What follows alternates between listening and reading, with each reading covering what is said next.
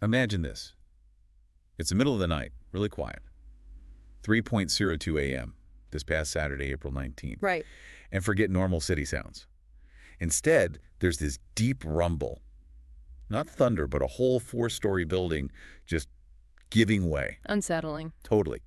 This happened in Shakti, Vihar, Mustafabad, an area, already dealing with the aftermath of thunderstorms from Friday night.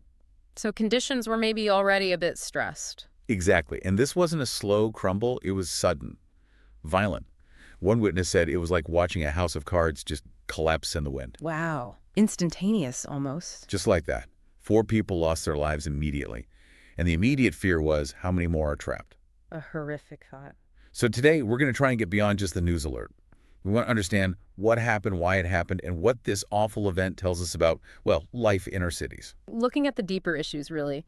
We're drawing on those first reports, eyewitness accounts, trying to piece it together. Yeah, make some sense of the chaos. And the sheer speed of it is, well, it's staggering. You mentioned the CCTV footage. Yes, apparently it captured it. 1 second, a solid building. The next, just gone. A cloud of dust. And that description from a resident, the earth burped. It's crude, maybe, but it really conveys that shock, that violent upheaval. It does, and the sound. Mm-hmm. First, that huge roar of collapsing concrete and steel, then just screams. Terrible. Absolutely devastating. Seconds turning a home into a disaster zone. Think about the first responders. The Dialpur police get this frantic call middle of the night. Right. They're probably expecting maybe a partial collapse, a fire. Something manageable, maybe. Yeah. But what they found, it sounds like something else entirely. The whole building, owned by a Mr. Thiessen, apparently. It had just vanished. Pretty much. Just a pile of rubble where a 4-story building used to be. Imagine arriving on that scene. The scale must have been overwhelming, especially knowing people were likely inside. How many did they think? The initial estimate was around 22 people, just trying to grasp the human scale of that. Yeah, that's a lot of lives hanging in the balance.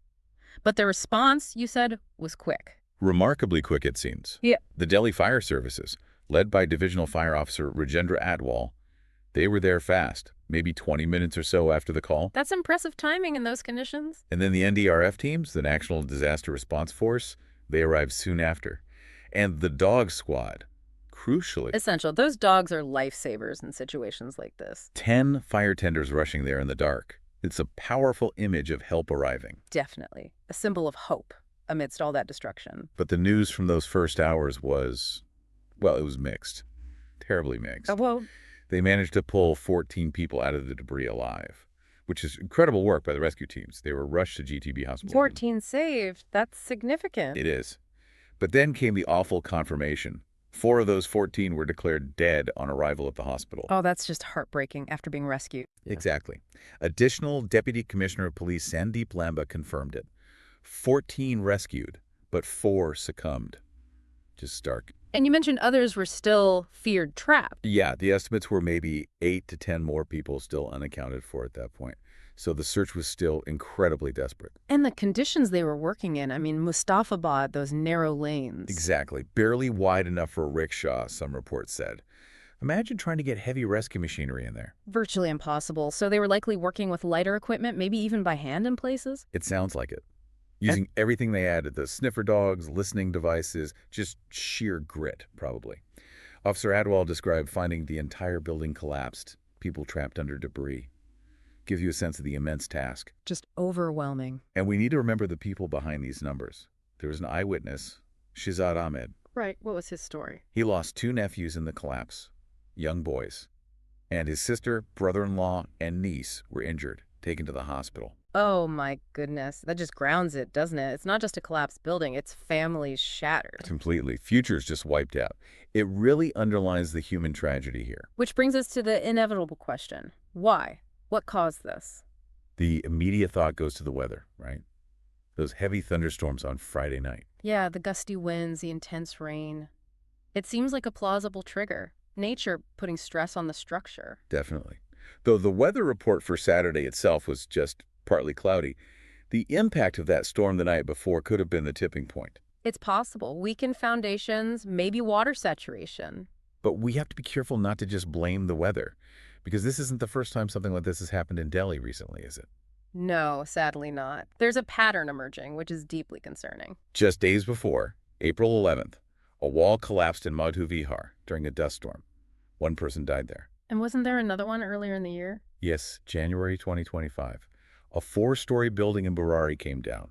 2 lives lost then. So this Mustafabad collapse, it's part of a worrying trend, not just a freak accident caused by a storm. It really seems that way. It points to something more systemic, doesn't it? Absolutely. When you see multiple incidents like this, you start looking at the underlying factors. And often it's a kind of toxic cocktail. Like what? Well, potentially lax and using substandard materials to save costs. The temptation is always there, I suppose. And then you have Delhi's aging infrastructure just groaning under the pressure of population growth. Some buildings might look okay, but structurally, They might be compromised. right? Someone used the analogy of playing Jenga with real lives. That's a stark way to put it, but it captures the fragility, the potential instability, like a house made of pop pad almost, if corners are cut too much. Which highlights the desperate need for proper oversight, for enforcement. Exactly. Rules on paper mean nothing if they aren't checked. If violations aren't penalized, authorities really need to crack down on illegal construction, enforce the standards rigorously. Otherwise, we're just waiting for the next tragedy. It feels that way sometimes. And the human cost. Yeah. We talked about Shahzad Ahmed's family. It goes so far beyond just the numbers killed or injured. It does. Think about the lives interrupted, the potential lost, the grief. There was another detail, wasn't there, about the family living in the building. Yes, another eyewitness mentioned the setup inside. 2 men, their wives, the daughters-in-law, and each couple apparently had 3 children. So a large family unit, maybe 10 people right there. Exactly. Imagine that home, full of life, kids running around. And then the witness just says they are nowhere to be seen. Chilling. The finality of it. It really is. But amidst all this darkness, there were also stories of people helping each other. The community response. Yeah. Neighbors apparently rushed out immediately, started trying to clear debris themselves. Local shopkeepers providing water, snacks, chai for the rescue workers and families. That spirit is always incredible to see. People coming together even in the worst moments. Resilience. It truly is. But that community spirit, while amazing, shouldn't obscure the bigger pattern here in Delhi. Right back to the recurring issue. This Mustafabad collapse isn't in isolation. No. We mentioned Burari this year, Madhu Vihar, just weeks ago. Go back further. Jahangapuri in 2024, 5 injured. Kabir Nagar in 2023, 2 dead. Fagjanpura in 2023, dead. It's a grim roll call. It feels like Delhi's buildings are almost staging a protest against gravity, as one commentator put it. And the reasons seem depressingly familiar each time. Poor construction quality pops up again and again. Illegal additions or floors that overload the original structure. And a regulatory system that seems, well, porous at best. Like a paper umbrella in a monsoon, maybe? That's not far off, unfortunately. The intent might be there, but the execution, the enforcement, it seems lacking. And the official response often follows the script too, doesn't it? Yes, you see condolences, promises of thorough investigations, announcements of compensation for the victims' families. Delhi's Chief Minister Atishi called it extremely sad on X, assured speedy relief and rescue, which is important, of course. Absolutely. But for the residents, for people living in similar buildings, they want more than condolences. They want buildings that don't feel like potential death traps. They want real change. So looking ahead, what needs to happen?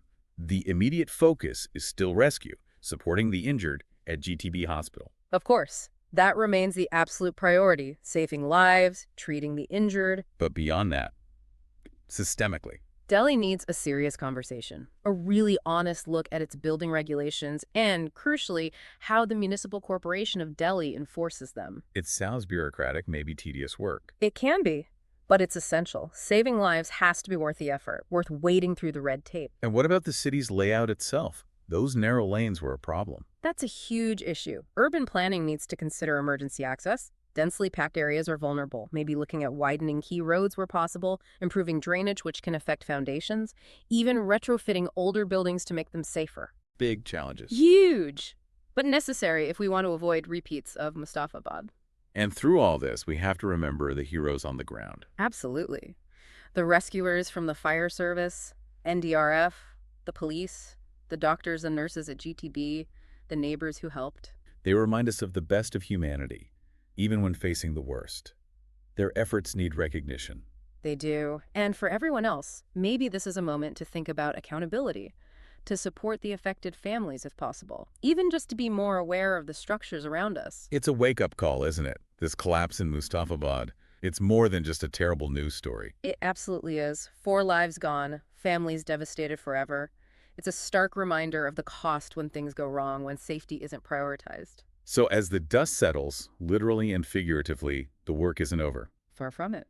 For those listening in Delhi, maybe find ways to help the community, volunteer, or donate if there are channels set up. For policymakers, the message has to be loud and clear. Tackle these root causes. Fix the system. And for everyone, Mhm. let's not just forget about this in the next news cycle. Spread awareness. Remember the people whose lives were changed forever on Saturday morning. We need to strengthen our resolve to make our cities safer. Because, really, if we don't learn from this, What then? then the next collapse might not just be bricks and mortar, it could be our collective conscience that crumbles.